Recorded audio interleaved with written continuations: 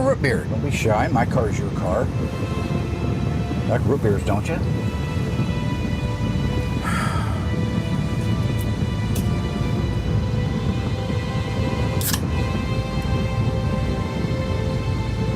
Toast. Death to the of 2019. Arnie, I can't toast to that. What can you toast to? How about us? Friendship. Oh yeah, friendship. That's great. Yeah, friendship.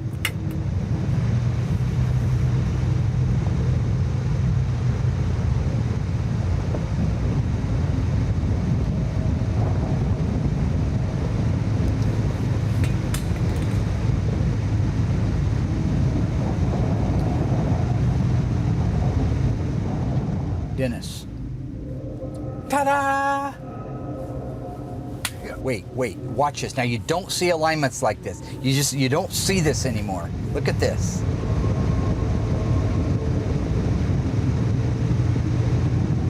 I'm worried about you, Arnie. Don't be jealous, Dennis. Nothing will happen to you as long as you don't get between me and Christine. And if you do, well, let's not kid ourselves, Dennis.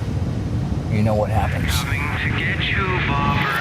This week, with Sema only days away, can the ghouls complete this movie monster? A elephant that hath a fury, a 1,000 horsepower tribute to Christine. Back on the air.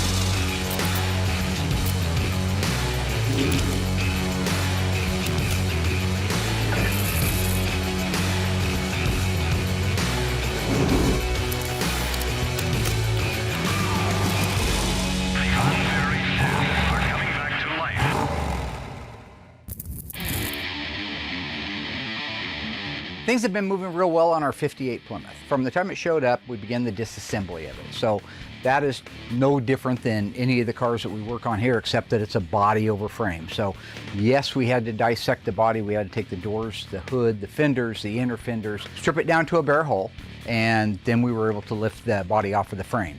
Once we did that, we were able to take the frame and disassemble it down. Once we had our frame stripped completely down to bare metal, we sent it off and had it powder coated. Once we got the frame back from powder coating, it was just a matter of putting the pieces in place that I had already welded the provisions up for. The engine, the transmission, the rear end, the drive shaft. We made special provisions in the frame for the exhaust work that needed to be done on the car. The body went over, got put on a rotisserie where we replaced the main floor, the trunk floor, and the bottoms of the quarters and the bottoms of the rockers. You can't order parts for this car. Mark had to find a donor car. So that kind of threw us a little behind schedule just to start. Got the mud work all done, primed it, blocked it a few times more than normal. Those quarters were kind of challenging, but they came out great. We were able to get our final paint done on the car, get the roof painted white, cut and buffed, and the car came out gorgeous, and then roll it over here to assembly. So when it comes to doing the exhaust on this car, it is a little different protocol than we normally do. Normally, we call up our friends at ECS. They send us out an exhaust system. We install it. It's perfectly bent. Everything fits like it's supposed to. These systems just bolt on. In this case, it's all custom. So when you start doing custom stuff, there's a lot of thinking ahead, a lot of pre-fitment, a lot of steps that it takes to make sure that when you do go back together with it, things fit the way they're supposed to, and you're not cutting them back apart and doing them 2 or 3 times. We've got just a rolling chassis. We've got our engine and transmission, drive shaft, rear end, everything's where it's supposed to be. So what I wanted to do was roll it over to the exhaust shop, have them build out at least the head pipes before we put that body on there, because once you put that body on, you're not going to have any access. And some of the points that need to be welded or bent are going to be right in the way of that body. So that's why it's going over there before the body goes on it, to have the exhaust system installed. The folks that are doing it, they do quite a bit of this kind of stuff. We don't use them very often because obviously we're using the OEM stuff. So I gave them a picture of the car. I made some notes on the sides of the frame where I knew we couldn't go into with the exhaust. So I'm confident that they'll have the system in place where when we put the body on, we won't have an interference problem.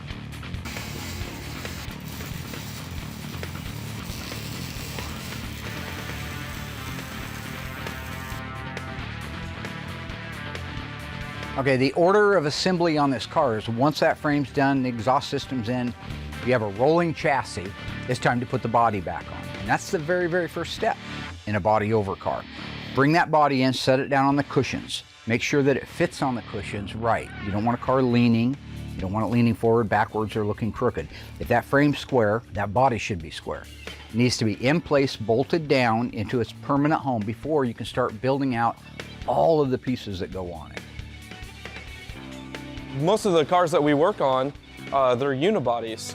So being able to actually lift the entire body off a rolling chassis is just really cool. And that was the first time I've ever got to work on something like that. So it made things almost a lot easier.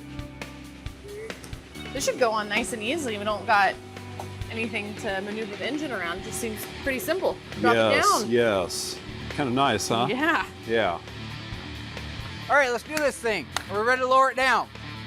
It looks good. Got all the body mounts in place. Yes. Here we go. Lower it down, Alice. Here we go, yo. Should be nice and easy, right? So once you line up all the studs and everything in your holes that you got to mount the body to the actual frame, once you get that lined up, all it is you just lower it straight on top. Just make sure the engine clears the firewall, and then you just place your bolts right in with your spacers. Make sure you got all your spacers in. And it's just easy. I think the whole thing went together with maybe 10 bolts. Okay, so you got those guys almost tight, or you are tight? They're all tight. Everything's tight. Yep. Okay, it's tight all the way around. Yes, sir.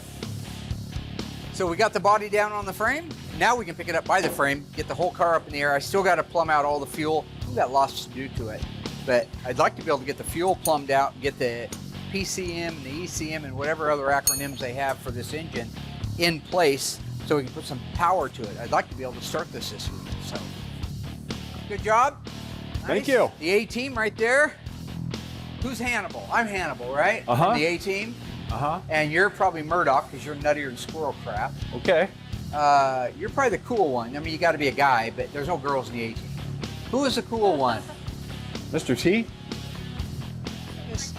Car looks great. We got it over here. We got about 8-10 days to get this thing put together. And it really comes down to mainly Mark and Doug just working around the clock. You know, we'll see if it gets done or not.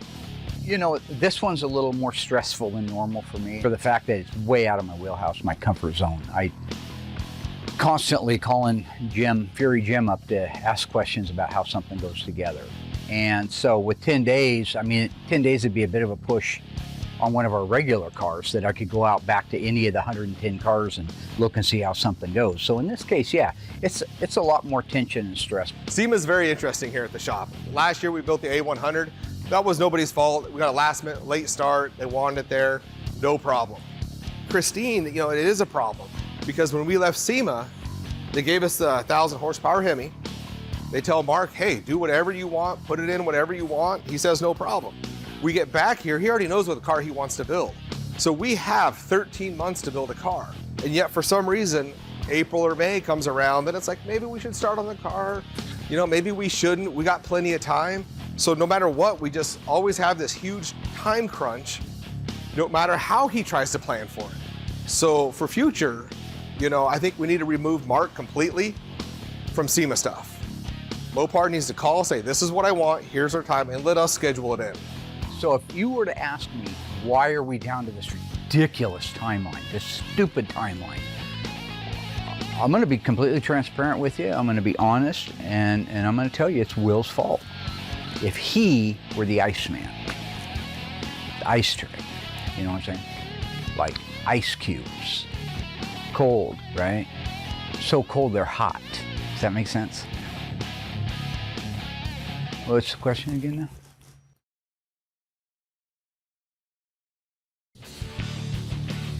You have to pre-fit everything that you do. If we just try to wing it, you know, from the rotisserie, or if it's on a bin pack, those cars move a lot. So it's just super, super critical to get this car supported, get the car put together, make sure it's good so that way when he's bolting it together, there's no surprises or something doesn't fit or we gotta shave it down here or have to repaint something. And what the time crunch that Sema always gives, no matter what, you have to pre-fit everything to just avoid that problem because there's no time to go back and redo anything. You know, we're waiting for parts from other places, so when we can actually do some pre-fitting in places that we can, It's just gonna make the whole assembly process so much quicker. With the deadline that we have and the parts that we have, to be able to pre-fit that stuff, like the doors, we pre-fit the doors, but once we got the fenders on, you know, the doors weren't shutting correctly, so there had to be a whole lot of work like that, just unknown stuff that kind of just pops up during the process. I'm excited to hear it run. You know, it's 1,000 horsepower Hemi. We got the first one. It's not like there's a lot of, you know, we heard the one run in Vegas, but that's all we have. So I'm excited to get this thing put together, get the exhaust on it, run it. I'm excited to drive it.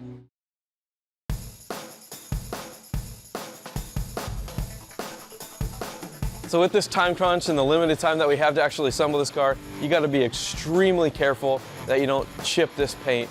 You don't want to piss Will off. So this car is actually going, it's going to Sema too. It's got to look supreme, so you don't want any chips or anything to happen. A lot of these parts we were working with were very delicate parts. I mean, you could literally bend them just by pressing on them. So yeah, it was a really tricky, delicate operation to build such a beautiful car. The thing I've always hated on cars is quarter and door glasses. Just, I hate it. I hate it a lot worse putting it together when we have no idea where everything goes. We have 100 pieces that have been detailed. They're beautiful. It's all ready to go together. But it's like an erector set without instructions. You don't know where anything goes. It's taxing. And the thing about it is you can spend all day putting a quarter regulator together to find out that it doesn't seat all the way up, or it doesn't seat all the way down, or it binds halfway going up because you have something in wrong. So to me, the part I've dreaded the very most of the build is the part we're at right now.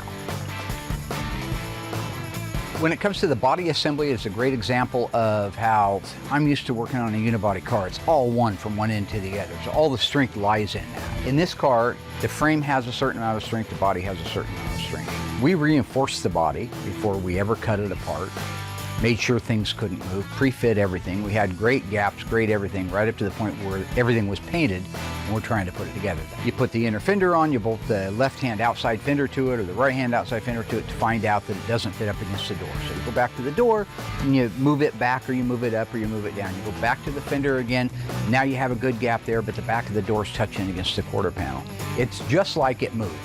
I'm not superstitious, and I doubt very much that that car is possessed by anything. I doubt that very much. But the panels that I had perfectly aligned right before they got painted, and paint doesn't make things grow. Paint doesn't make a fender not fit. It just doesn't add up. That tells me that things move. No matter how you slice it, when it comes up that you're cutting an area on a door to make it fit where it fit before, things have moved. So what? It is what it is. No matter where you're at on what car, putting doors on, fenders on, inner fenders on, after the paint work's done is always nerve-wracking. It's easy enough to just make a chip. When you're having to really manipulate them to get them to go where they're supposed to go, that even increases the odds of doing some damage to it. So yeah, I'm always nervous when it comes to putting a new panel on a new, freshly painted car. Murphy's Law, right? That's what I say. Anything can happen. One little nudge, somebody says, yeah, I got the door, and they don't got the door. And it comes back and chips the edge of it. It's fine. It's a solid red car. You can do a brush touch on it. Nobody would probably even know it was ever there. But you do enough of that, and all of a sudden it's going to look like salt and pepper. And nobody want to go to Sema and say, ladies and gentlemen, here's the salt and pepper Christine. What do you think? Right? And then they do that laugh like Eddie Murphy did. Ha ha, you the man, Gandas from I Spy. Being able to get help whenever we can on some of these cars when we got these, short time frames. George is able to actually come out here, help get stuff put on the car. So anytime we can get help like that is just awesome. It was quite a hectic process dealing with all of the parts being out to various vendors and waiting for them to come back.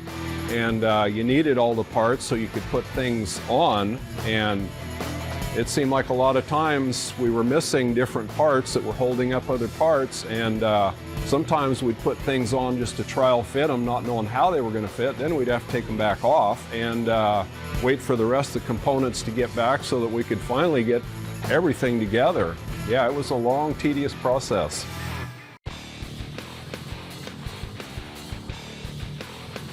You know, trying to buff these cars out when they're working right next to you is a pain in the butt. You know, you get an area looking nice, and Mark comes in with his oversized fingers and smears all over. It makes a mess. So when it's in the paint shop, you can go from area to area, go back to an area. You don't have that luxury doing it this way, but you got to make the best of it, and it has to get done. You have to get the cut and buff all done, because once the chrome goes on, you can't buff it. So if you got that big molding going down the side, once that's on there, you can't go up there and get right next to it to buff. So you got to cut that paint flat and get everything looking perfect before Mark starts assembling all the decoration that goes on the car. When you talk about a car having a show finish on it, typically there's a few things that make that a show car finish. Now, a lot of people might claim they have a show car finish when they just have a driver finish. One is the car should be flat, meaning when you look down the side of it, you shouldn't see any deviations. You should be able to shave in that thing from 50 feet away. There shouldn't be one warble. You should be able to walk fluorescent lights up and down the side of it with your eyes like that, and they should not do any swimmy stuff. That's step one in making sure that you have a flat car. Two is the depth and the gloss. That's where the wet sand and buffing comes in. So I can't put a door handle, a belt molding, a mirror, a vent glass, a run channel, a bumper, body side moldings anywhere on this car until those areas have been wet sanded and buffed to glossy finish. So things get pretty chaotic when you got 4 people working around this car all at one time. You got headliner going in, you got wheel buffing, and you know, I'm trying to get electrical stuff done just to get this car to be able to run. It gets really crowded really quick. Larry's great. He's just a genuine salt of the earth, good-hearted guy that'll do anything for you, anytime, even when he's probably way too busy to do it. I've been working with him for 25 years, so he's done a lot of cars for us. He's the only guy that I trust with these cars and that will come out to the shop and do the work for us. That's so key. Take our famous comeback car, the 70 Coronet RT Hemi 4-speed, one of $2 million car. Do you really want to send that out to a shop across town and hope that they put the top on and don't scratch anything? Out of your supervision? Might be just fine, but I love that he comes here, that he's mobile. So no, he's part of the architecture here at Graveyard Carz, and I hope that he always is.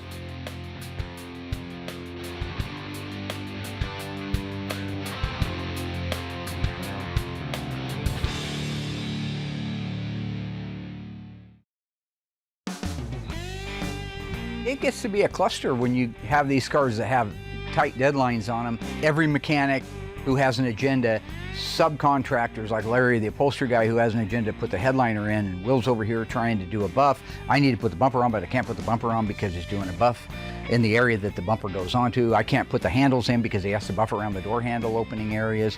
Meanwhile, Larry's shaking the car like it's going out of style, trying to get everything pulled tight. That adds a lot of stress to things. And mostly what it is you know how to do the next step. It's just hard to do when there's so many people involved in it. That's what I mean by a cluster. So if you're adding up a tally sheet on stress on a daily basis, I've been doing it a long time. It takes a lot to rock the ice trees world, but this one's building up to it. Because you have the car that has to go, everybody waiting for it, employees all over it like a bunch of monkeys on a football. Nothing can get done. One guy shakes something while you're trying to put something else on and it gets scratched. You have 140 pieces of chrome and anodizing that are halfway across the country getting plated, hoping that they're not having the same problems that you're having. And any of those things could go bad. Anything could go bad. You talk about a 60-year-old taillight bezel. They strip the anodizing off of it. They go to polish it to give it a shine. They burn through it. Well, you're not going to go down to the local parts store. You're done. You're sunk. Your battleship is sunk. Putting Christine together is, I mean, it's truly a puzzle. Not only could nobody really help, it's really only Mark, Doug, and Justin, because they're the only ones that have any knowledge of the car because they tore it apart. So there's been a bunch of instances that we've run into putting a part on and we've had to take it back off because 2 other pieces got to go on first. So a lot of times during this build, something will go together and you got to start all over again because we don't have the first-hand knowledge on this type of car.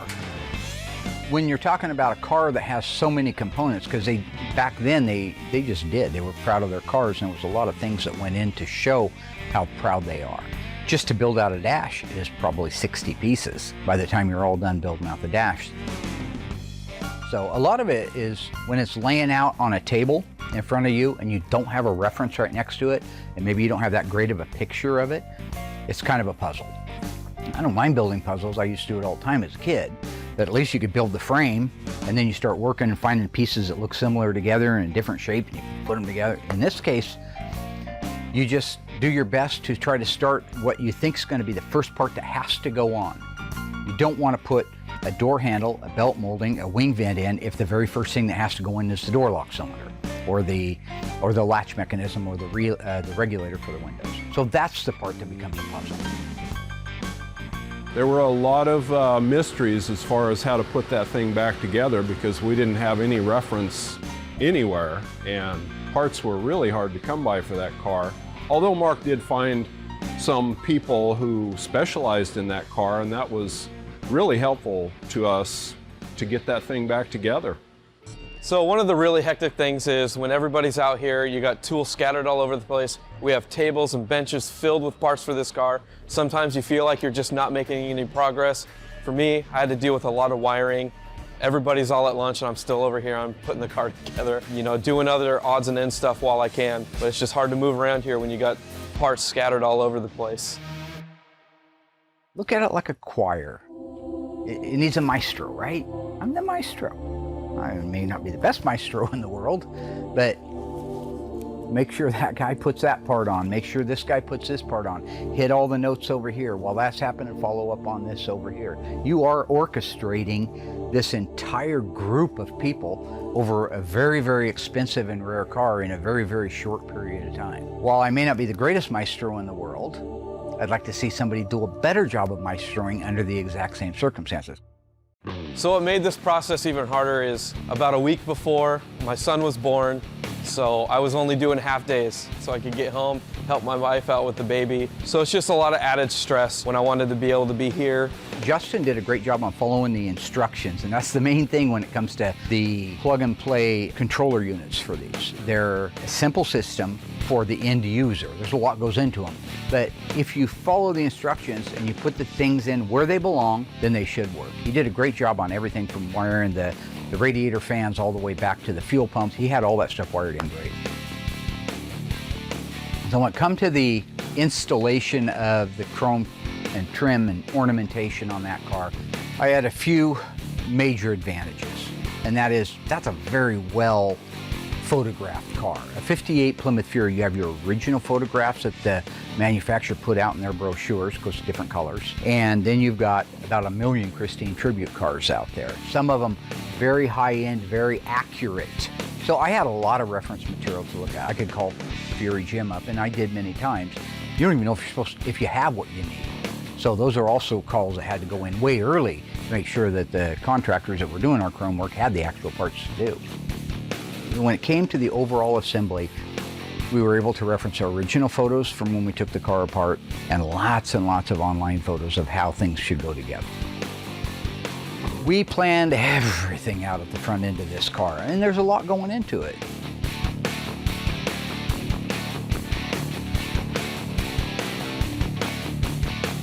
So with the 426 Elephant engine, you actually have a radiator, you have an intercooler, and you have the supercharger cooler. Now we did a great job here. We used a factory Mopar radiator and cooling fans and supercharger cooler, intercooler they call it. But there's another one, another cute little radiator that has to set in front of the main radiator. Didn't count on that.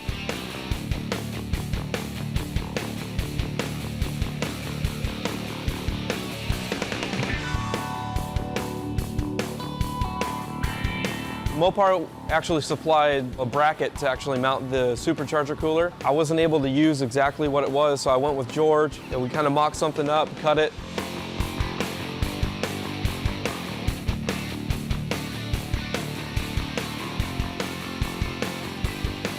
We put it where it looked really good, which was in front of the original radiator. I thought I had plenty of room for my filler panel and my vertical lock support and the grill, but we didn't.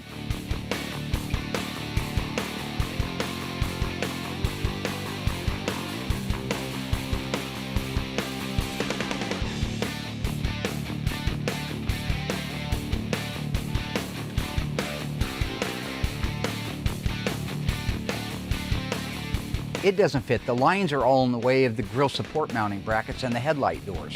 So this is one of those things that, what are you gonna do, just cut out half the grille? It's gonna look a little silly, right? This car's supposed to be done, not halfway through being done. So that does have me worried right now. So being this is the very, very first of its kind, there were a few setbacks. There are 3 radiators basically that make up the cooling system on that. You have your main radiator that runs your engine, then you have your supercharger radiator, and then you have another one. We didn't count on that one. I had it all put together and everything was great. We were signed off, it was good to go. But then we had the hood had to get put on, and then we went to go put the grill on. Nothing fit, so I had to restart the whole process on the supercharger cooler. So when it came to the extra radiator, it's a small unit, but it was in the way of our grill. The grill supports mostly. So once we found that out, I tore it all apart, and I was just kind of brainstorming with Mark to see where we can put it. I was thinking about putting it kind of on the side by the engine, but you really need some good airflow with that. So we had to reroute 2 of the grill mounting brackets to the firewall of the car. And one of the hoses that was coming out was in the way of one of the mounting brackets. After some time thinking, I just decided to actually mount it right up under the fender, right in front of the front tire. Once we made those modifications very carefully, without a millimeter to spare, it fit in there the way it was supposed to. So we just got in our big order from JR Chrome. He did all of the pot metal chroming and the regular metal chroming for us, gorgeous. We got all of our anodizing from Anodizing Solutions back. We have everything now to put the car together finally. So what that means is, how did we do on all of our pre-fit stuff? It's really coming down now to seeing if the proof is in the pudding. If we pre-fit everything the way it's supposed to, and we made sure we made provisions for all of this stainless and all of this trim, we should be able to bolt the car together in a reasonable amount of time and still make our deadline for SEMA. Sometimes you feel pretty helpless when one of the companies said that they shipped it out, but then you get a call later saying that they shipped it to a completely different state. We were able to get those things in and put on the car. When all the parts finally came back from all the vendors and everything was laid out in a massive layout of parts, it was really a challenge to work over everybody and try to get all this together at the same time in all the various corners of the car that we were working on, so it was very challenging. Probably the biggest thing that is recognizable on that car is that insert and body side mold. It's beautiful. Now, up until 6 or 8 months ago, there was some generic stuff out there that people would use. It was the wrong pattern. It was the wrong finish. It was probably like tinfoil on steroids. At a glance, it looked fine. Jim went and had it reproduced. So when I got hold of him and told him about the car, he says, well, you're gonna be happy because I'm actually making these now. This is the exact finish, fit, thickness, and hatch marks. So Fury Jim duplicated that to perfection.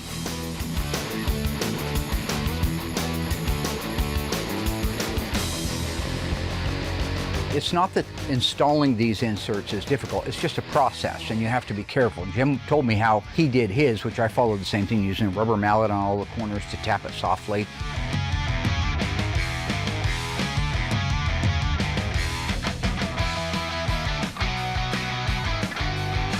Your moldings have to be where they're supposed to go, then the insert, and then the top molding down over it. He had gave me a couple of tips about gluing it at the very, very back edge where a purse or a set of keys could grab it. He says, good idea, just put a little spot glue, so we did that. It wasn't that it was difficult, it was just very painstakingly time-consuming.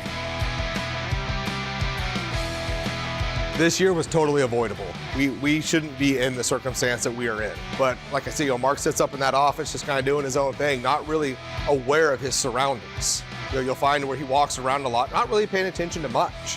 So that's what kills us. So hopefully moving forward, you get a better plan, actually execute it, and maybe get a car done in time, hit the red carpet, and everybody won't be so stressed out like they are currently.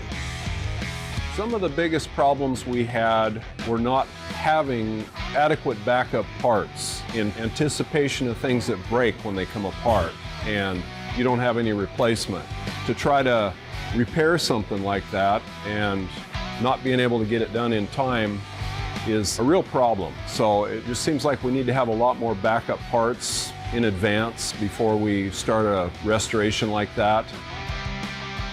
Christine's the reason I was wearing my my wrist wrap, because I had to jump in there and start doing body work on it, and I was working long hours during the day here, 10 hours, and then going out at night and working another 3 or 4 hours doing body work, and it just wiped out my wrist, because you're holding a sanding block like this, and you're pinching it. It's the worst scenario for carpal tunnel syndrome. It really does make you wonder how they managed to build such a complicated car on an assembly line back in that time and come out with something so intricate and beautiful, and all the features of that car are just amazing things compared to what we have nowadays on mass production assembly lines. It really does make you wonder how they built such beautiful cars back in the day.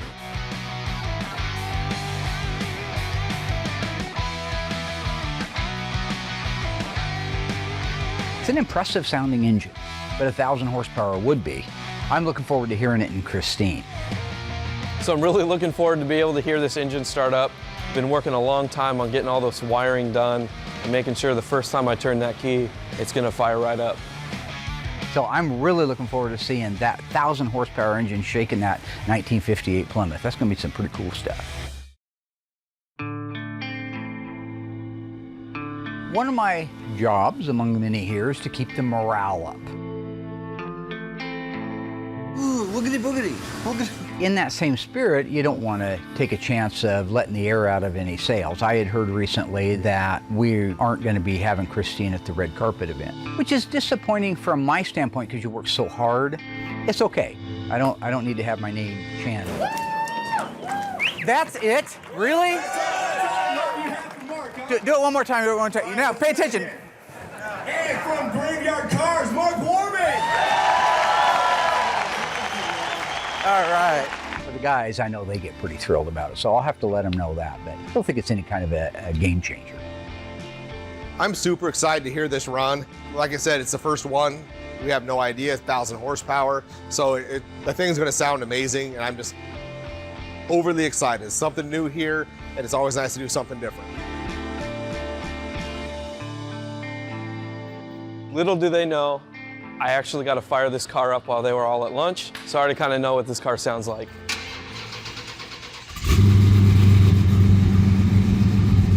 Car sounds amazing. We don't have the exhaust 100%, so it's a little bit louder, so it sounds great. I don't know how much of a different sound it's going to have once the exhaust is complete, but right now the thing sounds awesome. Ready to get this car on the road. When we first fired this engine up, this thing sounded real healthy. Sounded really good. That was exciting. It's like, wow, this thing is alive now. Then we found out that we're not going to the red carpet, which is a huge bummer. This is the second time we weren't able to make that red carpet. A little butthurt because we've never had a successful red carpet yet. It's awesome that the car runs. Everything's perfect on it. The disappointing is, you know, Mark's not gonna be able to drive this across the red carpet because you got a lot of Mopar fans that are waiting to hear this and waiting to see it. It's a little disappointing, but it is what it is, and we'll still get the car done on time.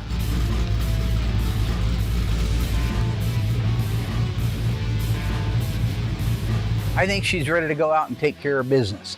1,000 horsepower is going to propel it down the road without any trouble at all. It's a nasty sounding, throaty thing. It just rumbles that entire car. And I know you can put a lot of engines and stuff, but this isn't a funny car. This is a daily driver that still looks like a 58 Plymouth Fury, but it's packing 1,000 horsepower under the hood. So we've had kind of mixed reviews on my decision to put the engine in. I'd say the majority of people think it's really cool that we're putting the 1,000 horsepower Elephant in Christine. A lot of them are just movie fans and they love it. There's some that say, well, why didn't you put it in another muscle car? And I always look at it like it's a personal choice. There's no right answer here.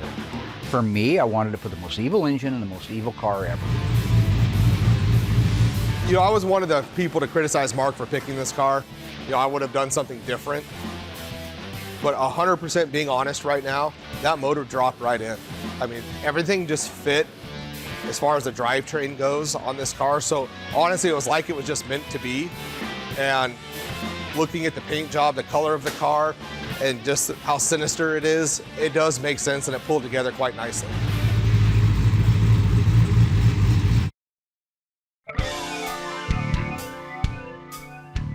So we're down to just the last few things on the car. The grill, I had actually sent the grill back to Fury Jim for a disassembly. Then he sent it back to me. I sent it out to Anodized Solutions, and they did the stripping, the polishing, and the re-anodizing of it. But when it comes back, it's, I didn't count it, 50 pieces. And there were a lot of pieces. It was almost like a lot of little bones. But when it come time to put all that back together, oh my gosh, what a tedious process. Laying it out, lining up all the pieces, and then tweaking it all to get it to stay together. And there are vertical support brackets that have to be pinched over each and every one of those bars that make it up. And there's a lot of it there. So it's not that it's difficult, but it's extremely time consuming.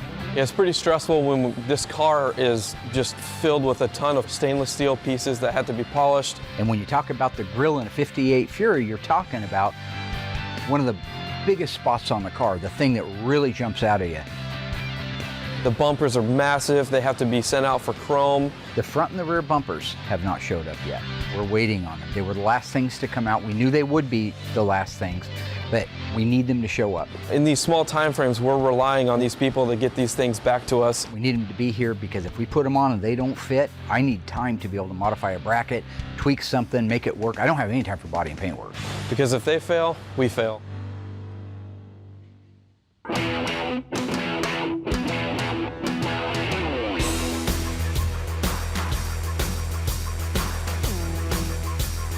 The last two pieces to come in from the chrome shop was the front and rear bumpers. Pretty important pieces, but they were big pieces, and I understood why they took longer than everything else. But unboxing them, putting them on that car, absolutely beautiful work. 50-year-old, 60-year-old parts that look better than they ever did when they were brand new. The paint came out great. It's a beautiful color, but man, once they started putting the chrome on there, those bumpers are huge, the grille and all the ornamentation on the outside of it, the car just is absolute showstopper. So once you put on all the trim panels and you get all that chrome set on the car, it just really starts to pop and that red comes out. It just looks gorgeous. Cap off that car. They're the cherry on the sundae. They really are what finishes it. Because this car uses the wings, the bumper wings. It wraps around the back 9 inches of the car and at the front 9 inches of the car. It really finishes that car up. If you watch the movie Christine, it's those bumper wings that really sell that car's toughness. We had setbacks, we had hurdles, and you always do. Well, good. I'm glad you deal with what I deal with all day long. All day long. When you calculate everything in, the guys did a fantastic job. The car's beautiful. The car is stunning. It was just amazing how pretty that car was. Just stunning. Just a beautiful car. It's just so nice. If tin is perfect as though it came down on a cloud and was done, I would probably say the car's a 9. Because there is no such thing as perfect. And especially given the timeline that we had on it. I'm proud of the way the car came out, just disappointed that it's not done. If I had any regret at all about this year's SEMA vehicle, it would be, I don't want to say this because I try not to be negative. I think I would have started pushing Will earlier. We got to start sooner. And I give Mark a hard time because ultimately it is his fault. But we do have 100 cars here that got to be built. So stopping here to do something else is difficult. If we were able to do this car again or do this whole process over, if we started sooner, we were less under pressure to be able to get this thing in such a small time frame, I'm pretty sure we would have been able to get this full car completely done. So next year, I already know what vehicle I'm going to build next year for the show. I'm going to start pounding on him in January to make sure it's done in time for the show. So that's the only regret I have. I should have rode Will harder. The huge regret's going to be the same thing every year. We should have started sooner. I don't know, it's 2020. I don't know what we're building for SEMA this year. Mark, it's February right now. Huh? It's February right now. Yeah, I know, he's working on it. He says he doesn't know what car we're building. There's been no talk and we have no plans, so I can see it already starting to happen again. I'm not here to put anybody down. Get him down, hold him down, put him down. But the fact of the matter is, he's a procrastinator. I get a task, I get it done. You say, Mark, you got to be here. I've already got all the plans laid out. Ching, ching, ching, ching, ching, ching. Will, he just puts it up there in that scrambled head of his, and he just gets to it when he gets to it. You know, and it's unfortunate that Mark did pick this car because nobody could help assemble it. And Mark can see how valuable I am here, because the one time I don't help in a build, the car's not actually complete when it's going to Sema. This is what happens when you don't take the bull by the horns and get her done. Whatever that hillbilly dude that tells those jokes about getting things done, get her done, man. Get her done. Sorry about the hillbilly thing, I meant Appalachian American. It's unfortunate we didn't get the car 100% because you are at the biggest stage in the world when it comes to car shows. So while I'm extremely happy that the car is showable, it isn't 100% done. For me internally, it's disappointing. I don't think it makes a heck of a bit of difference at all to anybody that's at the show. So having our car there representing Graveyard Cars and not having a 100% complete car sucks. Hopefully people don't focus too much on the stuff that we didn't get put on the car. The good thing is it was a lot of interior stuff. Hopefully we can have those windows rolled up and they don't see it, but. We had some issues with some of the vent windows and the driver door glass that we weren't able to resolve, and so she left minus her driver and passenger door windows. The only thing you can do is step back and say, they got 95% of it, make the best of it, and just hope that we can actually finish the car next year. And out of the 4 builds that we've done, this is the first one that wasn't actually 100% complete. I think the car will do really well down there. It's got all the right colors, it's got the right engine. It's the only one that's going to be there. So if somebody wants to pick on something about where's the wing vent windows, they might say, where's your elephant? You know? She's just such a beautiful car that I think a lot of people can really respect what we got done. And as soon as we get a chance, we'll get her finished up, and then she's really going to be beautiful. Yeah, once that car comes back from Sema, we'll be able to just go to town on this car. If we need to take something off and redo something, we have all the time in the world to actually be able to get that thing done. It was a huge build.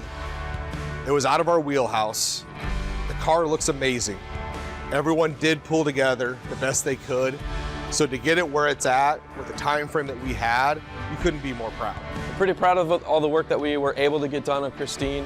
This thing looks almost identical to what the car in the movie actually looked like. I'm as proud as anybody could be for my shop, for the car, for the reputation of the car, for everybody who's helped us look good. Thank you for everybody that helped us look good.